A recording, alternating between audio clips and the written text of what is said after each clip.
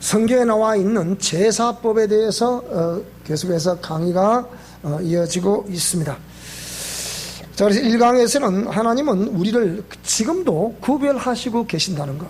오늘 저와 여러분들 우리의 심령이 하나님 앞과 사람 보기에 한 점 부끄럼 없는 모습으로 우리의 심령을 다듬어 가는 그것은 또 다른 말로 해보면 구별하시는 하나님 앞에 우리 자신의 진실하고 정직한 그 모습을 주 앞에 드리기도 한 삶이기도 합니다.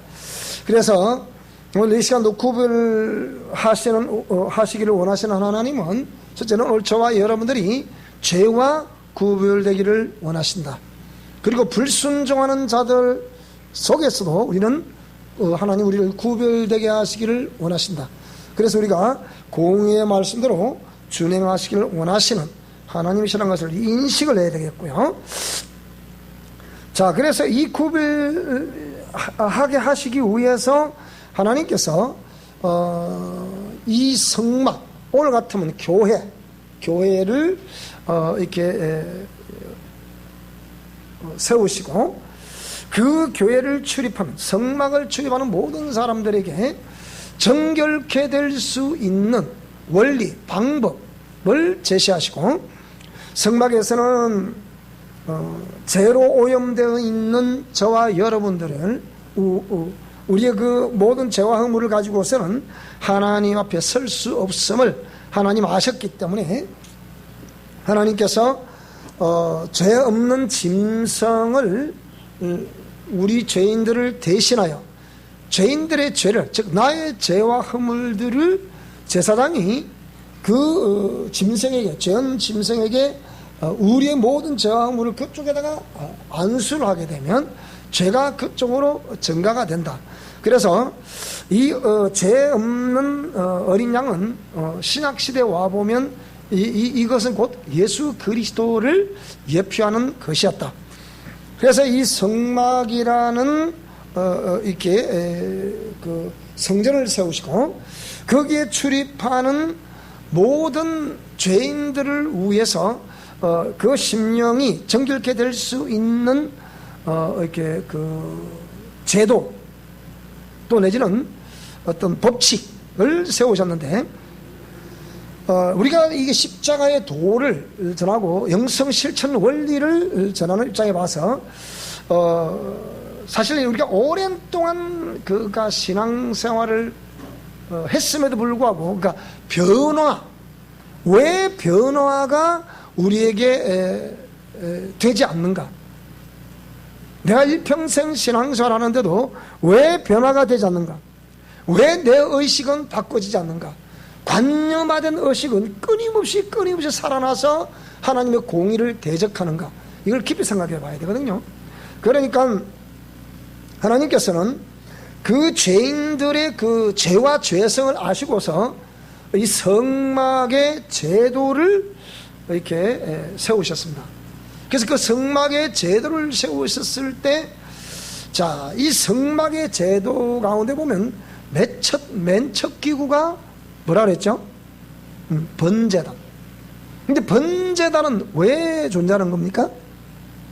그 성막을 크게 이렇게 세 영역으로 나누게 되는데, 크게 이렇게 되어 있으면, 맨 안쪽, 맨 그 깊은 안쪽 내면에 있는 것을 우리가 보통 닐랜드에서는 우리가 이 원을 세 개를 그려가지고 신학교 가보면 항상 원을 세 개를 그려, 이렇게 세 개를 그려가지고 맨 안에를 0이라 그러고 그 다음을 혼이라 그러고 그 바깥을 6이라 그럽니다.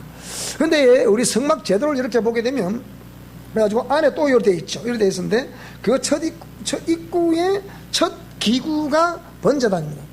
근데 이 번제단에서 오늘 저와 여러분이 각이 떠지지 않으면 우리는 그 성막을 출입할 수가 없다는 거예요.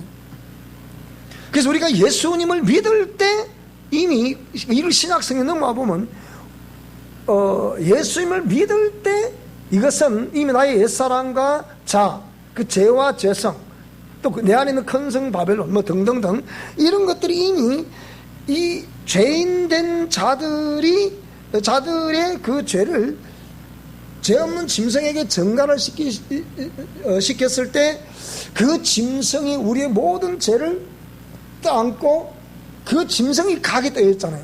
그 원래 그러면 그 짐승이 각이 떠지기 전에는 누가 각이 떠져야 된다니까? 저와 여러분이 각이 떠져야 된다는 거예요. 근데 교회에서 이걸 전혀 안 가르치는 거예요. 그러니까 믿으면 되는 거예요. 믿으면 된다는 것이 우리 복음주의에 아주 역대적으로 큰 실수 중에 하나 그거예요.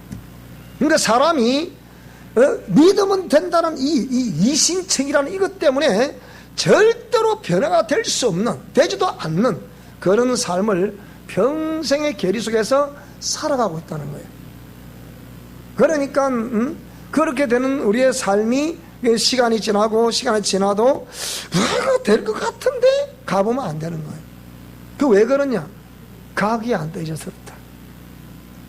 그래서 첫 기구인 이 번제단에서 배를 가르는 각이 떠져야 되고, 그게 우리 안에 있는 온갖 더러운 것들은 다 버려져야 되고, 깨끗하게 씻어서 그것을 불로 태워서 그 향기로 드리는 제사를 번제라 그러죠. 그래서 이 첫 기구인 번제에서 이미 우리는 옛사람이 거기서 각이 떠져야 됐었다. 근데 이런 원리를 우리 교회가 너무 간과하고 있었고, 그걸 가르치지 않았기 때문에 교회는 우리가 믿으면 된다는 것 때문에 믿는데 변화가 안 되는 거예요. 우리 심령이 변화가 안 되는 거예요. 자, 그러다 보니까 이게 이제 문제가 됐던 것이죠. 이것이 구약에는 그 성막이라는 성전과 그리고 성막의 첫 기구인 그 번제단, 거기서 번제단을 지나서 이제 물두멍이더래요. 물두멍을 다시 한번 더 깨끗이 씻음 받은 그 모습을 거울로 통해서 보라, 그 얘기. 자신을 보라, 그 얘기예요. 그 자신을 보는데 거울로 자신을 보라 그러니까 무슨 이런 거울도 이렇게 보라. 물론 물두멍에 물두멍에 있는 그 거울 자체가 그렇게 비춰지게 되어 있지만, 그걸 말하는 것이 아니라 하나님의 공의의 말씀으로 우리가 깨끗하게 그렇게 된 양심적으로 겉과 속이 양심적으로 합하냐, 그걸 보라는 거예요. 물두멍에서. 그게 확인됐을 때 이제 딱 성소, 두 번째 영역인 성소로 들어가게 되죠. 성소로 들어가기 전에 성막을 이 두 개, 포장이 두 개가 쳐 있단 말이에요. 그 딱 번제단을 딱 지나면 이방인이든 택한 백성들이든 일단 번제단을 지나야 되거든요. 번제단을 지나면서 첫 영역인 뜰. 여기는 이제 누구든지 다 이제 출입을 할 수 있기 때문에 그거를 이방인의 뜰이라 그렇게 표현합니다. 그래서 이방의 뜰을 딱 들어가기 바로 직전에 물두멍이 있단 말이에요. 그래서 물두멍에서 그걸 확인한 다음에 이방인들은 그 뜰을 이렇게 걸릴 수가 있겠죠. 자, 그런 뜰을 지나서 딱 성소에 두 번째 영역이 성소로 들어가 보니까 세 번째 영역은 지성소잖아요. 두 번째 영역이 들어가 보니까 오른쪽에 뭐가 있더라? 떡상이 있더라. 떡상은 매일매일 김이 모락모락 나는 떡을 항상 아침에 드리고 저녁에 그러니까 저녁에 식은 떡을 물려내는. 저도 지금도 생생하는데 할아버지는 제 어릴 때 돌아가셨으니까 잘 모르겠고, 할아버지는 저는 얼굴에 본 적도 없어요. 그런데 할머니가 제가 초등학교 2학년 때 돌아가셨는데 3년 탈상을 했거든요. 3년 탈상을 하는데 아시잖아요. 우리 유교시의 강한 집안에는 3년 탈상을 하는데 우리 아래체에다가 딱 빈손을 받아놓고 3년 동안 아침에 뭘 드려요? 더운 밥을 딱 드리고, 그걸 아무도 저희도 안 물리고. 그러니까 이런 모든 제도들이 어디서 나왔냐? 전부 다 성막에서 나온 제도들이에요. 그러니까 매일 더운 떡을 물린다는 건 뭘 의미하는 겁니까? 끊임없이 매일 김이 모락모락 나는 더운 떡을 드려야 되는 것이니까, 다른 말로 하면 오늘 저와 여러분이 우리가 예수 그리스도 그분을 생명의 떡이라고 그러죠. 그러면 그분을 떡을 취한 저와 여러분들이라고 하면 우리는 매일매일 내 신앙의 삶에 모락모락 정말 살아서 역동하는 그런 여러분의 삶이 되어야 된다 이게. 정말 말하자면 공의의 말씀에 순종하는 그것은 바로 그 법칙, 그러니까 하나님께서 그 시내산에서 모세에게 보여주신 시강대로 짓게 돼 있잖아요. 그 시강대로 섬기게 돼 있잖아요. 그럼 그 시강이 뭡니까? 그게 하나님의 공이란 말이에요. 공이고 하나님의 뜻이고 하나님의 양심이고 하나님의 눈길이에요. 눈길. 그러니까 그 법에 의해서 떡을 매일 더운 떡을 이렇게 드리고 식은 떡을 물려내고, 자, 그렇게 한다는 것은 다른 말 우리 신앙의 역동성을 의미하기도 하죠. 자, 그러면 이 떡상 건너편에, 정말 건너편에 보니까 여기 뭐가 있어요? 촛대가 있다. 촛대. 촛대는 뭘 의미하는 겁니까? 그러니까 그 외소와 내소를 밝혀주는 역할을 하는 거잖아요. 그럼 오늘 저와 여러분의 심령을 밝혀줄 수 있는 것은 무엇입니까? 무엇이 우리의 심령을 밝혀줄 수 있습니까? 그건 두 가지예요. 첫째는 뭐라고요? 하나님의 공의의 말씀이 날 살아 운동력이 있어야, 내 안에서 살아 운동력이 있어야 성경에 기록된 히브리서 4장 12절은 말씀하고 있는 하나님 말씀은 살았고 운동이 돼. 이거 백날 천날 외워봐야 소용없는 얘기예요.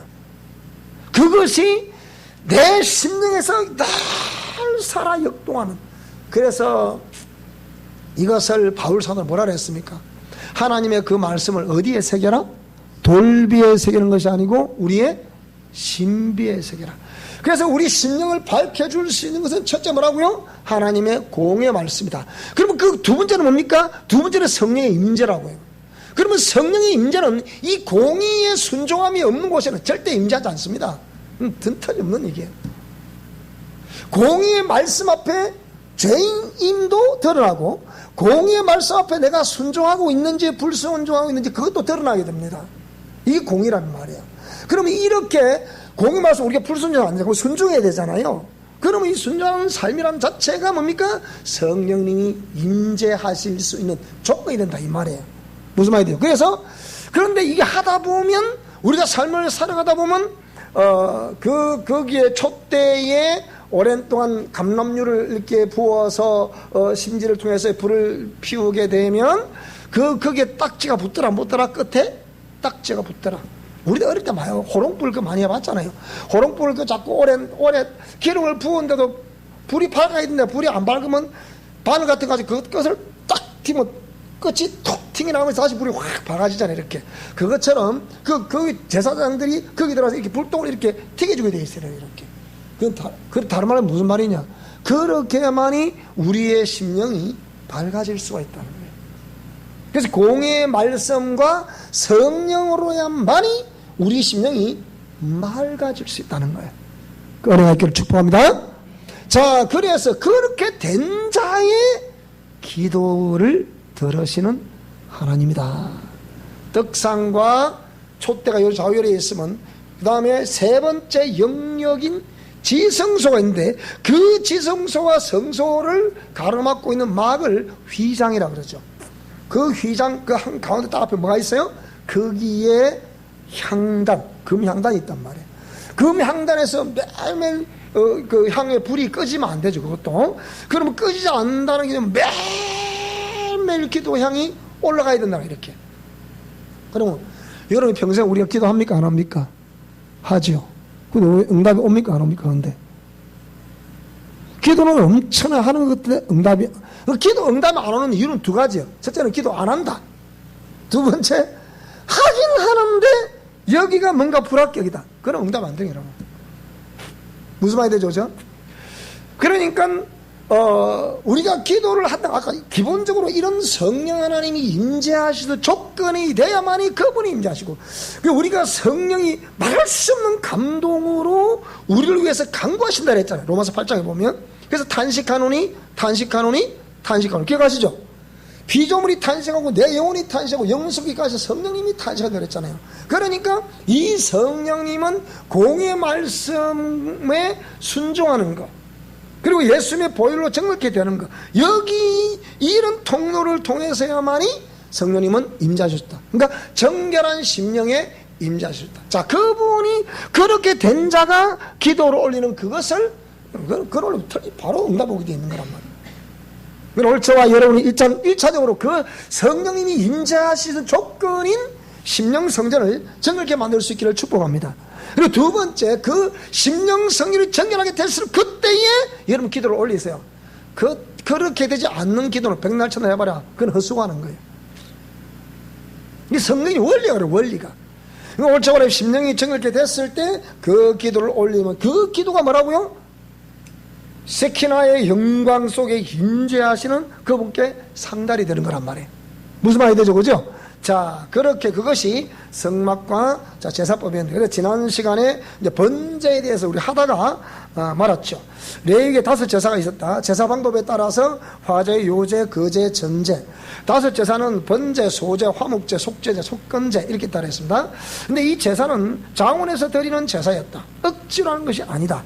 자원하는 마음, 감사한 마음으로 드리는 제사를 즐겨 받으신다. 그리고 그 믿음으로 드려야 된다. 온전한 믿음으로 드리셔야만이 제사를 받으신다. 자, 번제.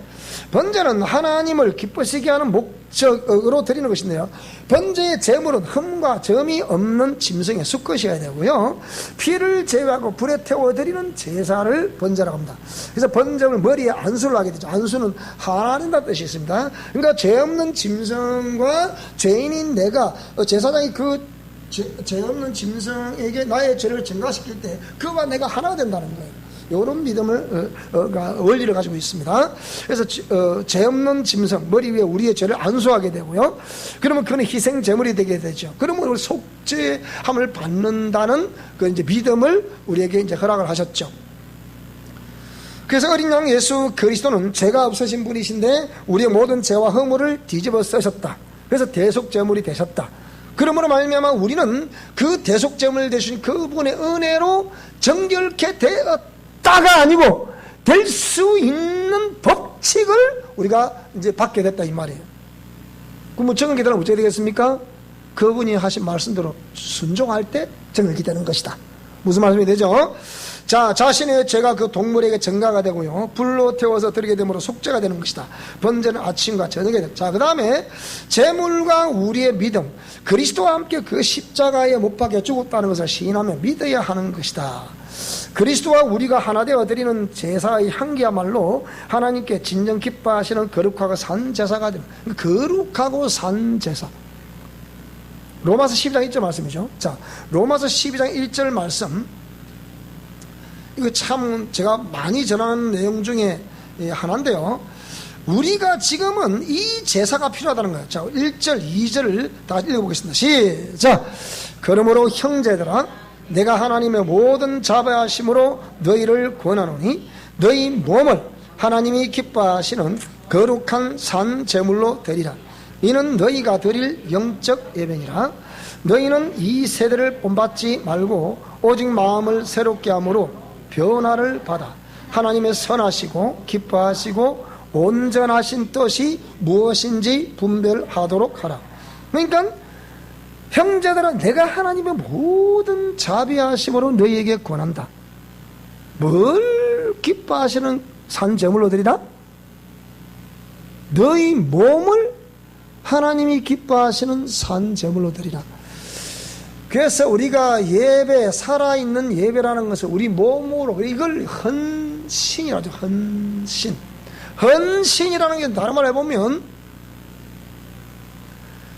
공의의 말씀을 따라 내 생각과 내 방법과 내 철학과 내 지식과 이런 것들을 다 내려놓으시고 공의의 말씀을 따라 거기에 따라 순종하는 그것은 뭐냐? 우리 몸을 하나님이 기뻐하시는 거룩한 산 제물로 드려지는 것이다. 제물, 이것이 너희가 드릴 영적이다. 우리가 요한복음 4장 24절에 나와 있는 하나님은 영이시니 예배하는 자가 신령과 진정으로 예배할지니라, 이렇게 설명을 했는데요. 그 신령과 진정이라니까 이 도대체가 뭔 말인가? 그러니까 성령과 진리의 말씀에 근거해서 예배를 하라 이 말이에요. 그것이 영적 예배라네. 그러면 진리의 말씀, 공의의 말씀을 중심으로 해서 하나님께 예배할 때 그 예배를 성령께서는 인도하신다. 무슨 말씀이 되죠? 거기에 의해서 그걸 제사장이 알고 인도를 할 때 성령이 그곳에 임재하신다 그 얘기요. 그리고 또 믿는 사람이 거기 믿음으로 하나 될 때 거기에도 임재하신다 이렇게 됩니다. 이것이 너희가 드릴 영적 예배다 그 얘기예요. 그래서 이거 공의 말씀 없는 우리 현실은 없다. 현실이라는 것은 반드시 공의 말씀을 근거 기초로 한다. 이렇게 이제 정리할 수가 있겠습니다. 자, 그래서 번제와 성도들의 삶이라는데 이 번제와 그러면 우리의 삶과 어떤 관계가 있나 이 말이에요. 물론 뭐 누차 설명을 드렸습니다만은 이 번제는 가죽을 일단 피는 뿌려지고요. 각을 떠서 전부 불에 태워드립니다. 여러분 이거 참 죽음도 확실한 죽음이 되는 거죠. 가죽을 벗긴다는 뭘 의미할까요? 네? 왜 가죽을 벗긴다는 거예요? 일단은 우리 죄를 다 짐승이 뒤집어 썼잖아요. 우리가 항상 지금 신약 시대에 살고 있지만 다시 오시는 예수 그리스도께서 다시 오심을 믿는 저와 여러분이 그것을 확실히 믿는다고 하면 우리가 항상 기억하고 있어야 될 것이 뭐냐? 그건 늘 공인데요. 일단은 큰 성 바벨론이라는 것이 존재한다는 것을 여러분 그는 기억하셔야 됩니다. 두 번째, 죄와 죄성이 여차하면 나를 쓰러뜨리려고 한다는 것을 기억하여. 그게 나의 내면에 내재되어 있다 이 말이에요. 그로 말미암아 그에게 종로로 타고 있는 나의 속사람, 불쌍한 나의 속사람이 죄가 딱 가려져 있기 때문에 이 속사람이 원치 않는 종노릇을 하게 되더라. 그 바울 사도 로마서 7장에 말하는 그 얘기거든. 원하는 바 선은 행치 않고 원치 않는 바 악은 행한다. 이건 내가 이거 내세에 가는 뭐라? 죄라 그랬잖아요. 그러면 내가 원하는 바는 뭐겠어요? 그 속사람이 하나님의 공의 말씀대로 따라 살아가는 그것을 원하는 거란 말이에요. 그러면 죄가 죄와 죄성을 뒤집어 썼기 때문에 이게 그걸 하지 말아야 되는데 원치 않은 일을 행하게 된다는 얘기예요. 그래서 이것을 뭡니까? 옛사람이라. 그 옛사람한테 하는 통로를 자아라. 그러면 큰성 바벨론과 큰성 바벨론이 딱 여기 있다 한다면 그 다음에 죄와 재성이 있고 그 죄와 재성의 종로로 타고 있는 옛사람과 자아라는 것이 있고 옛사람과 자아가 일평생 이게 유전적인 요인을 통해서 태어나가지고서 뭡니까? 또 그런 환경, 대인관계를 통해서 다시 100%로 유전자가 형성이 된단 말이에요. 그러면 이래서 우리가 삶과 환경 속에서 대인관계를 통하여 대인관계와 환경을 통해 또 형성되는 것이 뭐냐? 그것이 습관화되고 체질화되는 것이다. 내 안에 큰성 바벨, 그 다음에 죄와 죄성, 옛사람과 자아, 그 다음에 습관화되고 체질화된 우리의 삶. 이 말이에요. 무슨 말이 되죠? 그걸 이제 뒤바꾸는, 정면으로 쪼개가지고 그걸 바꾸는 것이 뭡니까? 이게 영성실천 원리입니다. 무슨 말인지 이해됩니까? 그래서 여기에 번제물의 가죽을 벗겠다는 말은 무슨 말이냐? 저와 여러분의 옛사람과 자아된 그 모든 요소를 다 벗겨야 된다. 그래서 성경에 옛사람을 죽인다 는 표현되어 있지만 다른 부분을 보면 옛사람을 벗어버리고 그랬어요. 벗어버리라는 것은 여기 뭡니까?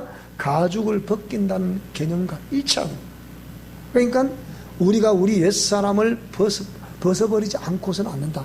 그러면 옛사람을 벗어버리려고 그러면 근원적으로 안으로 역추적, 그러니까 습관화되고 체질화된 맨 바깥 우리 행동 체계에서 우리 환경에서 습관화되고 체질화됐다. 내 육체가 그 안에는 옛사람과 자아라는 것이 있다는 것이고 또 그 안에는 뭐가 있다는 거예요?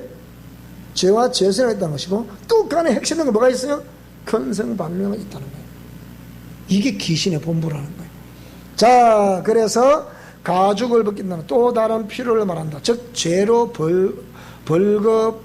벗겨진 자신을 덮어줄 역할도 한다.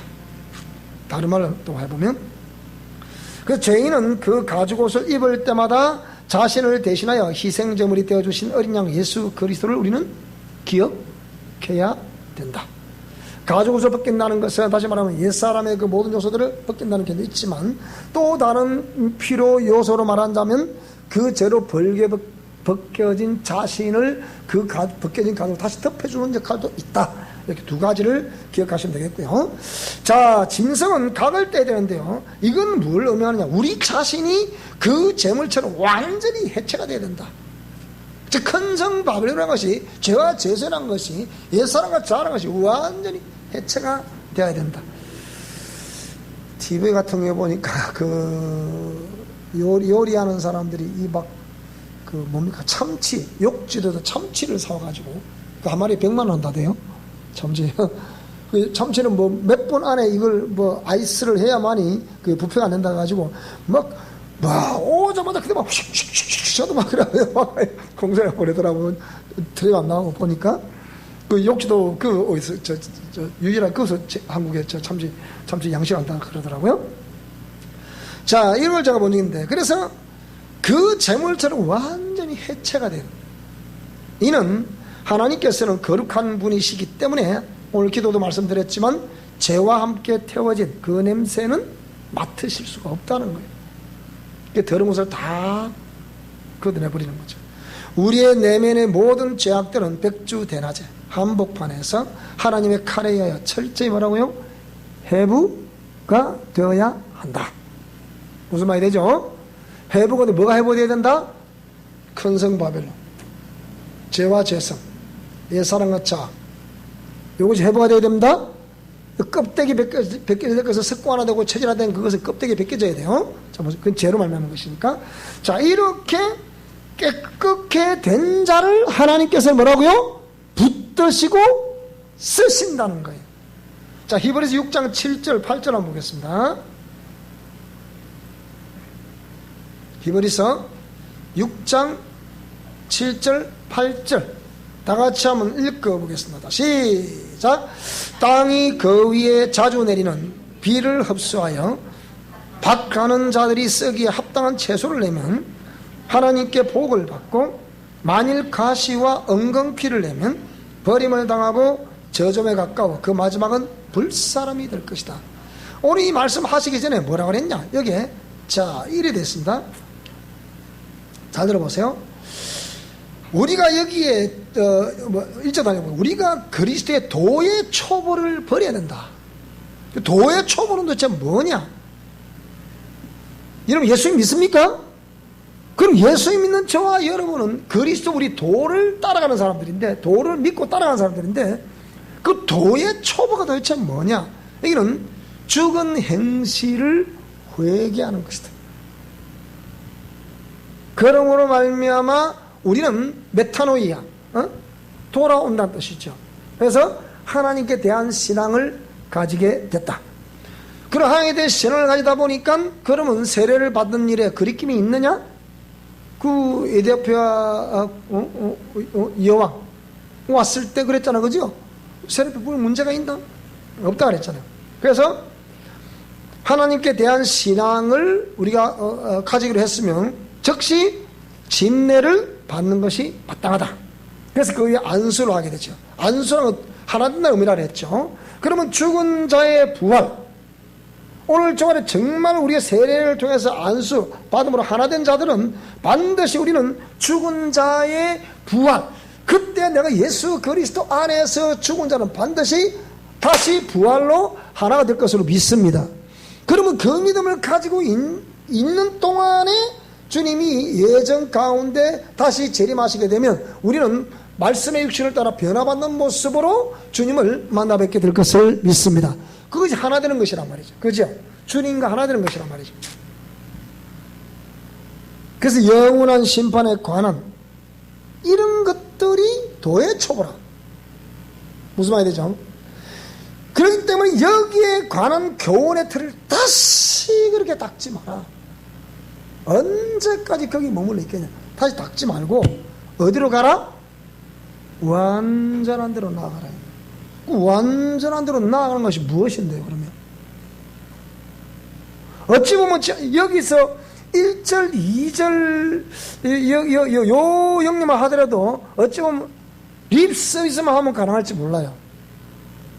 머리로 믿고 립 서비스로 가능할지 몰라. 그러면 완전한 데 나아가라는 개념은 이는 분명히 립 서비스 가지고는 안 되는 거예요. 그건 뭐냐? 자, 하나님께서 허락하시면 우리가 이것을 잘 들으셔야 됩니다. 이거 하나님께서 허락하시면 우리가 이것을 할 수 있다. 뭘 할 수 있다는 거예요?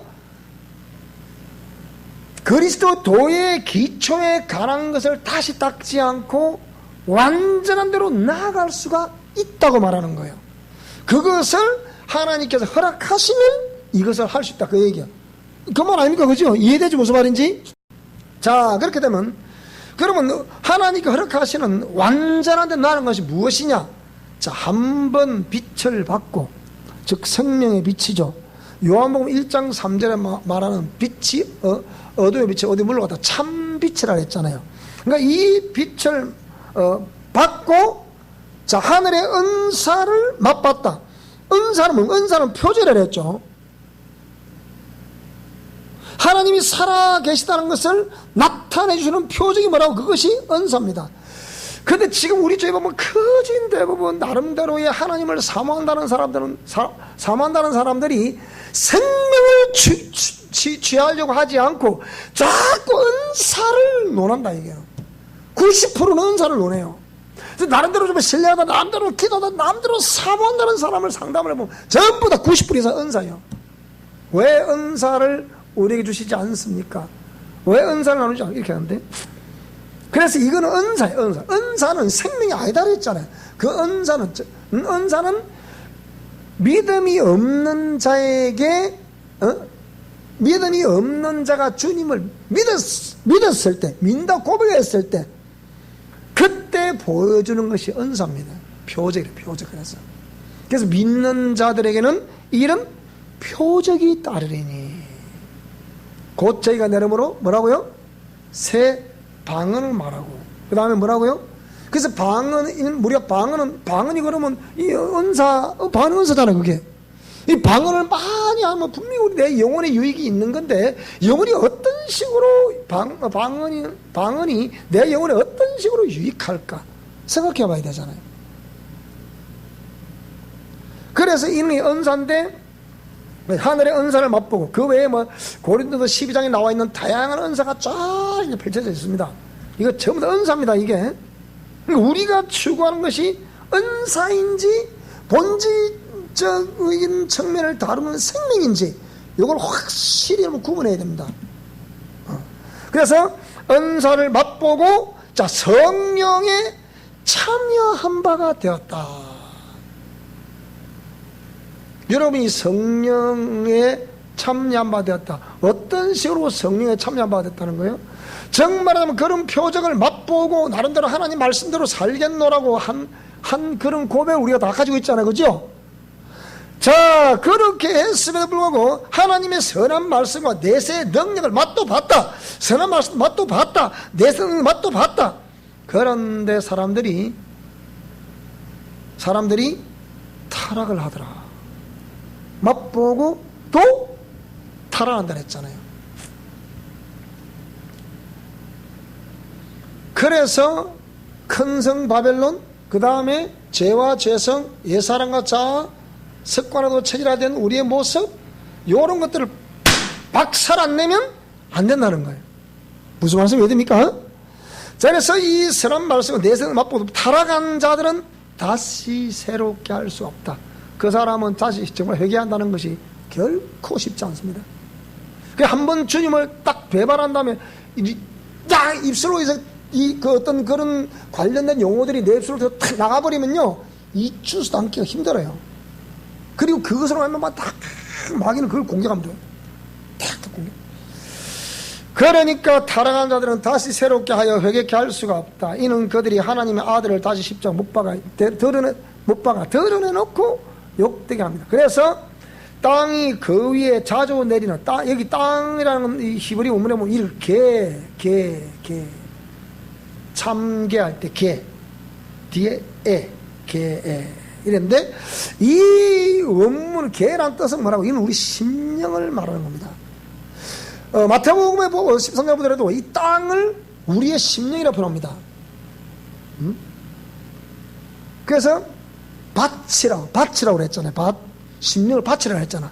닮은 땅이라 이 말이에요. 그러니까 심령에 자주 내리는 비, 이 성령의 담비라고 그러는데, 정말하면 성령은 공의의 말씀을 증가하신단 말이에요. 성령님은 절대로 딴 걸 증가하는 게 아니에요. 그 공의의 말씀을 증가하는 거예요. 그리고 공의의 말씀을 듣고 하답하는 자에게 성령님 거기에 임재하신다. 그래서 땅이, 심령이 그 위에 자주 내리는 성령의 비를 흡수하여 박가는 자들의 썩이에 합당한 채소를 내면, 저도 쟁기제를 해보고 경기로 와서 일항을 해보고 합니다만은, 이렇게 해서 박가는 자들이 누굽니까? 주인이잖아요. 그러면 밭을 가는 자들은 그 밭이 주인이 썩이에 합당한 채소를 내야 되는 게잖아요. 작년에 북천의 그 논에다가 제가 야심차게 콩을 심었습니다. 그래갖고 우리 사모님하고 저 부모사님하고 좀 콩을 좀 심어라 했더니, 이 콩을 얼마나 푹푹 찔러 그 논바닥에 잘 갈아놓은 갈아놓은 그 논에다가 얼마나 푹 찔러 이만큼 들어가야 돼, 이만큼. 그래, 왜 싹이 안 올라오나? 이 싹이 올라올 때가 넘었는데, 보통 심어놓고 3-4일 싹이 올라와야 되거든. 근데 이 싹이 안 올라오는 거라, 이게. 이거 왜 안 올라오나, 이게? 근데 자동 파종기에 있어서 그 자동 파종도 심한 게, 이거는 또 비둘기와 꽁이 막 수십 마리가 떼그리 따라 또 반풀에 또 이렇게 살이 깊은 곳에는 얼마나 막대기를 푹 찔렀더니, 그래 제가 한번 가봤어요. 그 찔른 구멍에서 파보니까 이놈의 콩이 뚫고 올라오더라고. 시간 다 버리고 내가 안에서 뿌리가 이말 뿌리가. 그래서 내가 두 손을 들고, 주여, 우리가 항상 하는 것이 이렇사옵나이다. 그래서 우리 이사님은 그걸 딱 보시더니, 밥 팔아 똥 싸무라 캐라.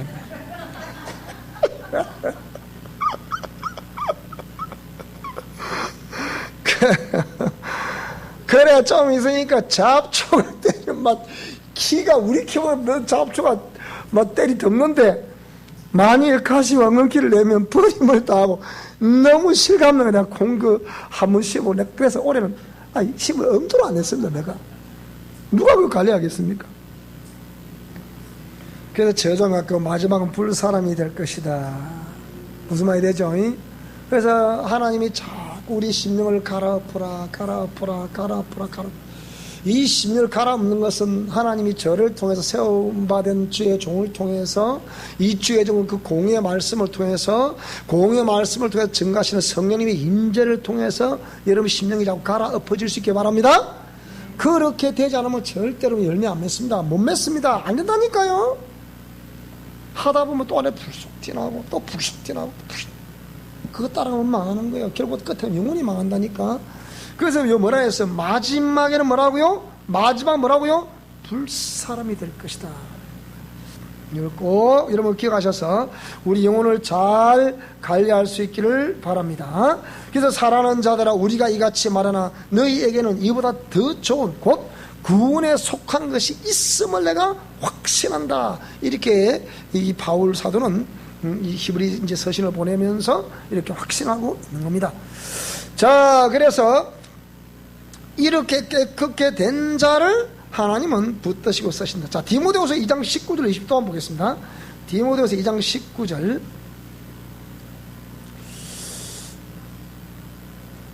자, 19절 또 한번 보겠습니다. 한번. 자, 여기 보면 18절부터 다 같이 읽어보겠습니다. 21절까지 시작. 진리에 관하여는 그들이 거릇되었다가 부활이 이미 지나갔다 하므로 어떤 사람들의 믿음을 무너뜨리느니라. 그러나 하나님의 견고한 터는 섰으니 인침이 있어 일렀으되 주께서 자기 백성을 아신다 하며 또 주의 이름을 부르는 자마다 불의에서 떠날지어다 하였느니라. 큰 집에는 금거릇과 은거릇뿐 아니라 나무 그릇과 질그릇도 있어 귀하게 쓰는 것도 있고 천하게 쓰는 것도 있나니 그러므로 누구든지 이런 것에서 자기를 깨끗하게 하면 귀히 쓰는 그릇이 되어 거룩하고 주인의 쓰심에 합당하며 모든 선한 일에 준비함이 된다. 이게 뭐랬습니까? 자꾸 어떤 사람들이 어떤 부활이 이미 지나갔다. 우리도 지금 오랜 기독교 천사에서 이게 예를 들면 공의 말씀 속에 없는 것을 우리가 이렇게 말하면 이건 안 되잖아요. 그 있는 것이 이 전통적으로 내려와 있는데 이런 것들은 우리가 무너뜨릴 수 있는 게 아니에요. 그거는. 그래서 공의를 우리가 어찌 무너뜨릴 수 있겠습니까?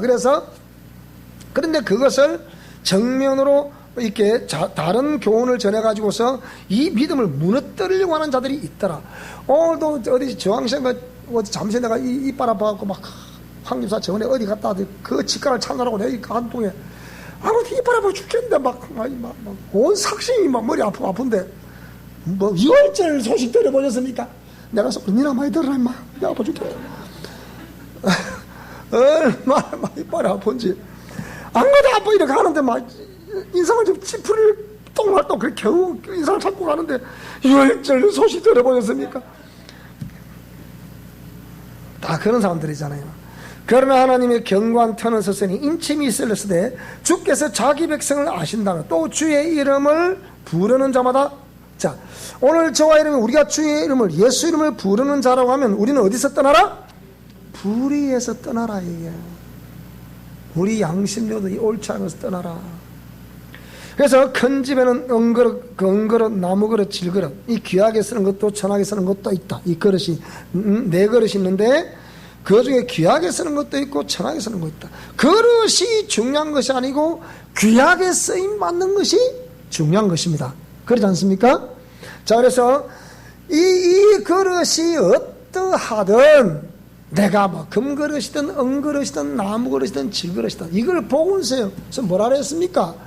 뭐 한 달란트 받았든 두 달란트 받았든 세 달란트 받았든 뭐 5달란트를 받았든 그 달란트를 받았다는 게 중요한 것이 아니고 뭐가 중요한 겁니까? 남긴다는 것이 중요한 걸 했잖아요. 큰 교회, 작은 교회, 개척교회, 또 지어진 교회 이게 중요한 것이 아니고 다시 말하지만 오늘 저와 여러분들이 주인으로부터 쓰임바가 되느냐 안 되느냐 그게 여러분 중요한 겁니다. 그렇지 않습니까? 그럼 주인에게 쓰임바 되는 사람들은 뭡니까? 자신을 뭐라고요? 자기를 깨끗게 하는 그 사람이 뭐라고요?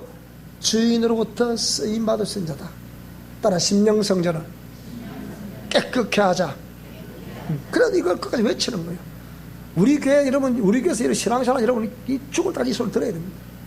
왜 이것이 아무리 여러분이 잘못해서 뭐 그런 것이 아니고 이걸 자꾸 들어야 우리가 여기서 이 공의의 기준에서 빗나가지 그래 최대한 빗나가지 않는 삶을 살려고 노력하지 않겠습니까?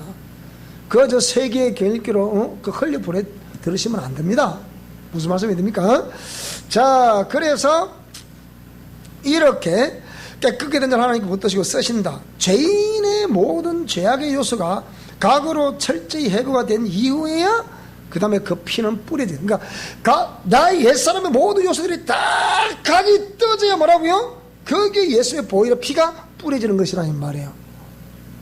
그 피가 강력한 효력을 발생하는 거예요.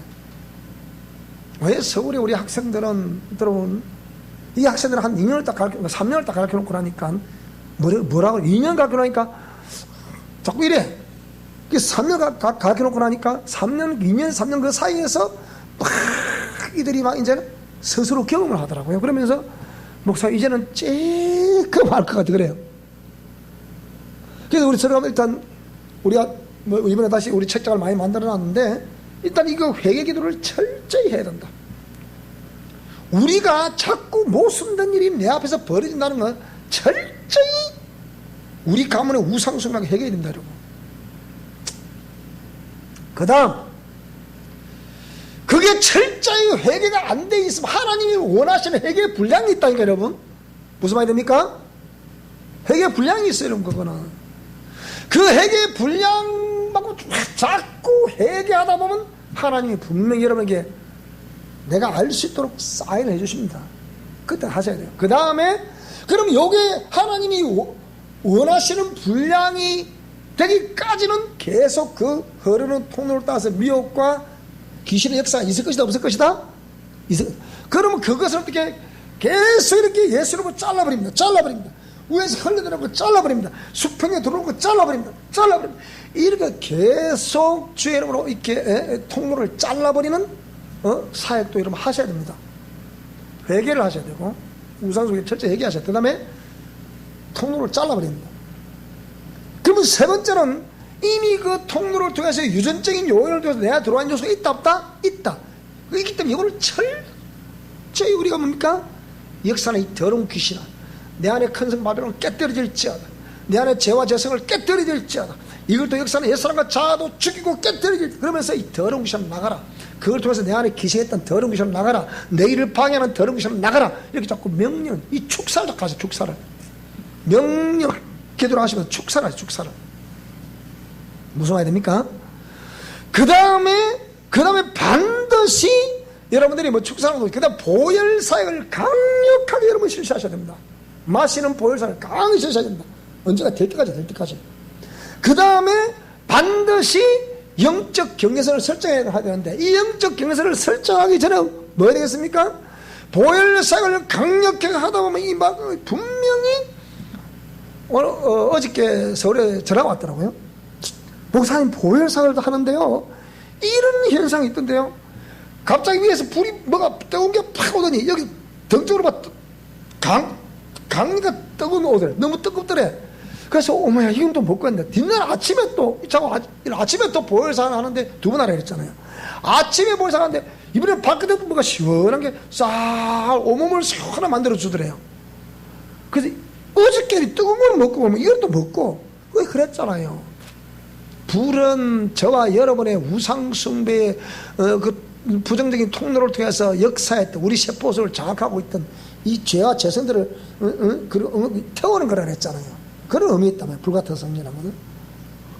그러면 생수와 같은 성령을 뭘 의미하느냐? 그 불같은 성령이 임자서 그 막 죄와 죄성을 태우시고 악한 영들을 막 제거하시고 이 치열한 영적 전투를 위해서 필요한 것이 성령의 불이에요. 무슨 말이 되죠? 그럼 성령의 불에 어떤 강력한 역사가 확 지나가고 난 이후에 우리 가운데 펼쳐야 될 것이 무엇입니까? 그 다음 회복이 이루어져야 되잖아요. 회복이 이루어지기 위해서는 반드시 오늘 저와 여러분 옛사람과 옛습관을 철저히 여러분 교정하셔야 됩니다. 요것이 회복의 지름길이에요.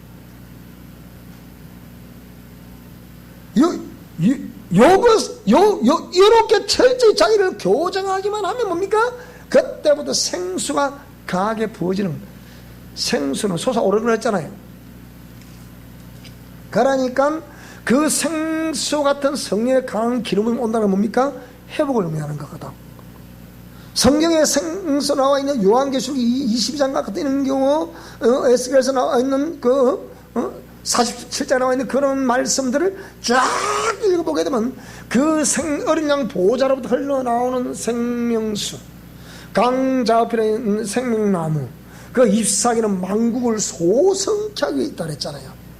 무슨 말이 되죠? 그래서 이런 역사가 오늘 저와 여러분 비로소 예수님의 보혈의 피가 뿌리다 이 개념 속에는 그런 것들이 담겨져 있다 이 말이에요. 그래서 오늘 저와 여러분 때로는 불같은 성령으로, 때로는 강력한 생수의 기름 부음이 있기를 축복합니다. 자, 다 하고 마칩시다. 그냥. 그래서 그렇게 깨끗게 된 그 재물을 하나님께서는 기뻐 받으시는 것이요, 그렇지 아니면 악인의 조사는 하나님께서 뭐라고요? 요거는 미워하신단 말이에요. 우리가 예배를 드려도 왜 하나님 그 예배를 드려도 왜 은혜가 안 되고 그냥 종교 회의를 왔다 거쳐 가버리면 이는 예배 실패예요. 그 자체가 소용없는 일이에요.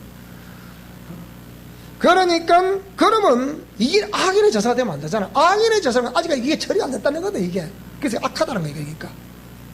그러니까 그 하나님 미워하신다. 왜냐하면 하나님께서는 우리의 외모를 보시는 것이 아니요, 뭘 보신다고요? 중심을 보시는 분이시기 때문이다. 무슨 말이 되죠? 그러니까 우리의 심령을 정확히 하라는 그 의미를 여러분이 꼭 숙지하시기 바랍니다. 자, 그 다음에 하나님은 인애를 원하고 제사를 원치 아니하신다 하셨고, 순종이 제사보다 낫다. 순종이 제사보다 낫다 그랬다. 공의의 말씀에 순종하는 것이 의전을 해야 하는 것보다 낫다 이 말이에요. 그래서 스스로 자신을 드러내놓고 죄인임을 깨달아 하나님 말씀에 순응하고자 했을 때는 이스라엘의 왕이 되었으나, 하나님 말씀에 불순종했을 때는 그 왕이 폐위되었던 사울의 교훈이 여기에 있는 것이다. 사울 왕이 하나님의 법도를 어기고 제사장 외에는 집행할 수 없는 제사를 육신의 열심과 특심으로 드렸지만 그것은 하나님의 법을 어긴 결과인 것이다. 사울이 이렇게 하게 된 근본 원인은 자신의 심령 깊숙이 뿌리내려 있는 죄악의 요소들을 하나님께 넣어놓고 해부를 받지 못했기 때문이다. 맞잖아요, 그죠? 백성들이 왕을 세워달라서 왕을 세웠지만 사울은 아직 그 옛사람 요소를 제거했다, 못했다? 못했다는 거예요. 못한 그 어떤 그것으로 인해서 자신도 본능적으로 그렇게 아말렉과 전쟁을 해가지고 본능적으로 뭐라고요? 하나님 다 조리를 했잖아. 근데 본능적으로 그 짐승을 살짐승을 놔뒀다. 어떤 사람은, 어떤 신학자들은 그거를 자기 육신의 욕구를 욕심 때문에 그걸 취하려고 했다, 이런 해석한 사람도 있고, 또 달리 반대적인 개념으로 진짜 하나님께 그렇게 드리려고 했다, 그런 사람도 있고. 근데 우리가 하나님께서 볼 때는 근데 그게 아니잖아. 두 개 다 안 맞잖아. 설령 두 가지 학설이 그렇다 하더라도 이 두 가지 다 안 맞는 게잖아요, 그죠? 근데 그 중심 하나님 볼 때는 아름다운 것도 안 하는 것 같아요. 아름다운 그거지. 그래, 하나님 말씀 자체가 뭐라 그랬어요? 호흡으로 기생을 다 죽이라 했죠. 이 말씀에 순종하기를 원하는 것이지 자기 머리를 가지고 하는 걸 원치 않는다 이 말입니다. 무슨 말씀이 되죠, 그죠? 자, 그래서 오늘 저와 여러분들이 오늘 이 말씀 들으면서 이 번제에 대해서, 지금 이 오늘 제 내용은 좀 많이 어려운 내용입니다. 수십 가지의 지금 주제와 어떤 그 관련된 엮어진 이렇게 스토리들이 나왔기 때문에 좀 어렵습니다만은, 근데 자꾸 들어보고 교재를 보고 또 강의를 들어보고 해보면 이 무슨 말씀을 하고 있는지 알 수 있게 되리라 믿습니다. 자, 다음 주에는 소제에 대해서 강의하도록 하겠습니다. 오늘은 여기까지 하도록 하겠습니다.